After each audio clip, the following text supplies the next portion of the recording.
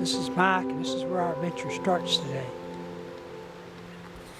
We're right here at the Rainbow Falls parking lot. People going to Rainbow Falls, and we got the road here. It goes down to Sugarlands. Of course, today this is the new road right here. This was not the original road here to Sugarlands. The old Sugarland Road is up here in the woods. Cut right through there and kind of intersects with the Tree and Gap Trail. And coming up the back side of the Ogle place up through the woods, that's where we find the old Bullhead Road. We'll head down that way.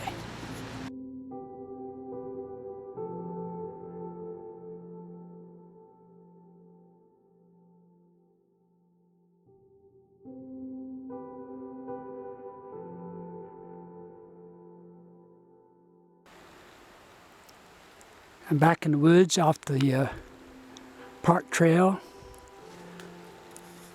and you can see the foundation of a very old log cabin and fallen chimney. This is the home place of John Bullhead Whaley. Bullhead Mountain's named for him. All this area of Roaring Fork around the Rainbow Falls parking area and Bud Ogle Place used to be called Bullhead. The old Bullhead Road came right through here. It forked there at that big tree. That way it went toward Sugarlands, back down the hill. Just went up and connected with the Sugarland Trail and went behind the Rainbow Falls parking area. Got part of an old wheel frame right there. John Bullhead's first wife was deaf. Had several kids. But the main reason I came here today is for a little flat spot area right up here behind the home place.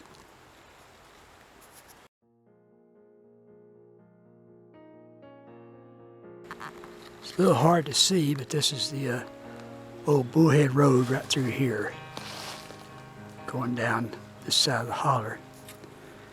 And just about 10 yards off of it, and I believe between this rock and this rock, back in February the 6th, 1864,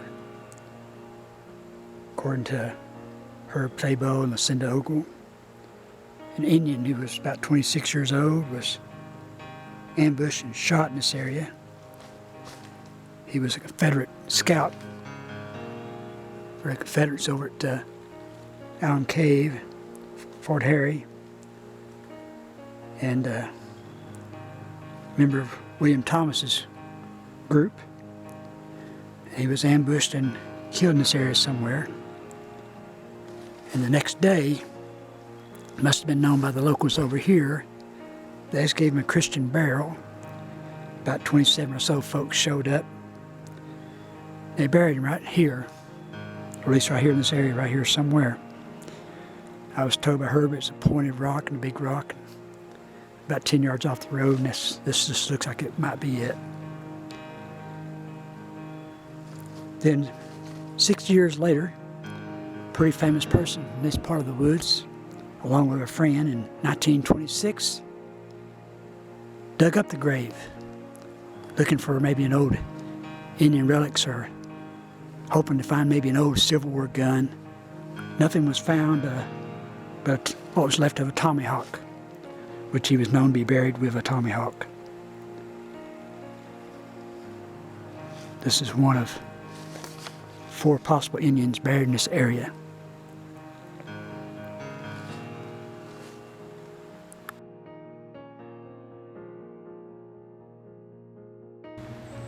February the 4th, 1864.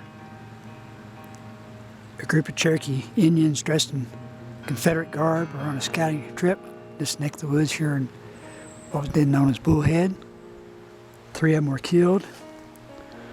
One is buried at the base of this rock. One is buried down here between these 2 rocks.